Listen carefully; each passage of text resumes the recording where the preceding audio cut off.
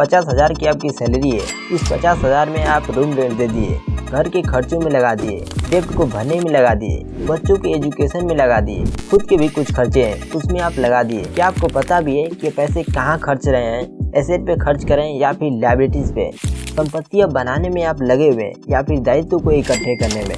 तो आज की ये डे 4 चीज में आप जानेंगे कि अब तक आप पैसा कहाँ खर्च कर रहे थे, लायबिलिटीज पे या फिर एसेट पे। सबसे पहले एसेट को समझते हैं। एसेट वो चीज होता है जो हमारे पॉकेट में पैसा डालते हैं और हमारे धन को बढ़ाते हैं। फॉर एग्जाम्पल, आपने घर या प्रॉपर्टी खरीदा और उसे आप रेंट पर दे दिए, तो वहाँ से आपको इनकम आने लग गया और उस इनकम के साथ साथ आपकी प्रॉपर्टी की वैल्यू भी बढ़ रही है। तो जिस दिन उसे आप सेल करेंगे तो वो भी एक मोटी कमाई होगी। तो एसेट्स ये होते हैं। एक और एग्जांपल लेते हैं, फाइनेंशियल एसेट जैसे कि स्टॉक्स और इन्वेस्टमेंट। ये भी आपके धन को बढ़ाने में एक एसेट्स ही है। जब आप इन्वेस्टमेंट करते हैं तो उससे आपके पैसे पर रिटर्न्स तो आते ही हैं एंड उसके साथ साथ आपको डिविडेंड्स भी मिलते हैं। सो आई रिपीट अगेन कि एसेट्स वो होते हैं जिससे आपको अर्निंग्स होती हो। अब चलिए हम लायबिलिटीज को समझते हैं। जो आपके पॉकेट से पैसा निकालती है और आपके खर्चे को बढ़ाती है तो वो लायबिलिटीज होती हैं। इनका सही से प्रोटेक्शन करना बहुत इंपॉर्टेंट है। फॉर एग्जांपल कि आपने कुछ ऐसा चीज़ खरीदा जिससे कोई इनकम नहीं हो रहा है। आपने फ़ोन या लैपटॉप खरीदा जो अपने पर्सनल यूज के लिए लिए हैं, जिससे आप पैसा नहीं कमा रहे हैं, तो ये आपकी लायबिलिटीज हो गई। आप बाइक या कार खरीद लाए और उससे भी आप पैसा नहीं कमा रहे हैं, तो वो भी आपकी लायबिलिटीज हो गई। क्योंकि इसे आप पर्सनल यूज के लिए लिए हैं, तो इसमें पेट्रोल भराएंगे तो उसके भी पैसे देंगे।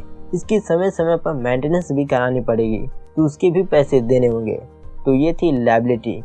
अब यहाँ पर ऐसा नहीं है कि आप जो भी चीज़ें खरीदे हैं वो लायबिलिटीज हो गई।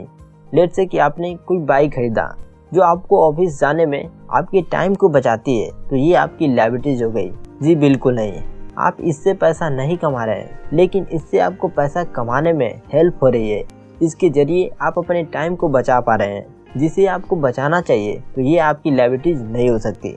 हर वो चीज़ जो आपको आपके काम में हेल्प करती हो, आपको एक रिसोर्सेज की तरह मदद करती हो, तो वो लायबिलिटीज नहीं हो सकती। बिकॉज बिना रिसोर्सेज के, बिना टूल्स के हम अपने काम को स्पीड भी तो नहीं दे सकते हैं।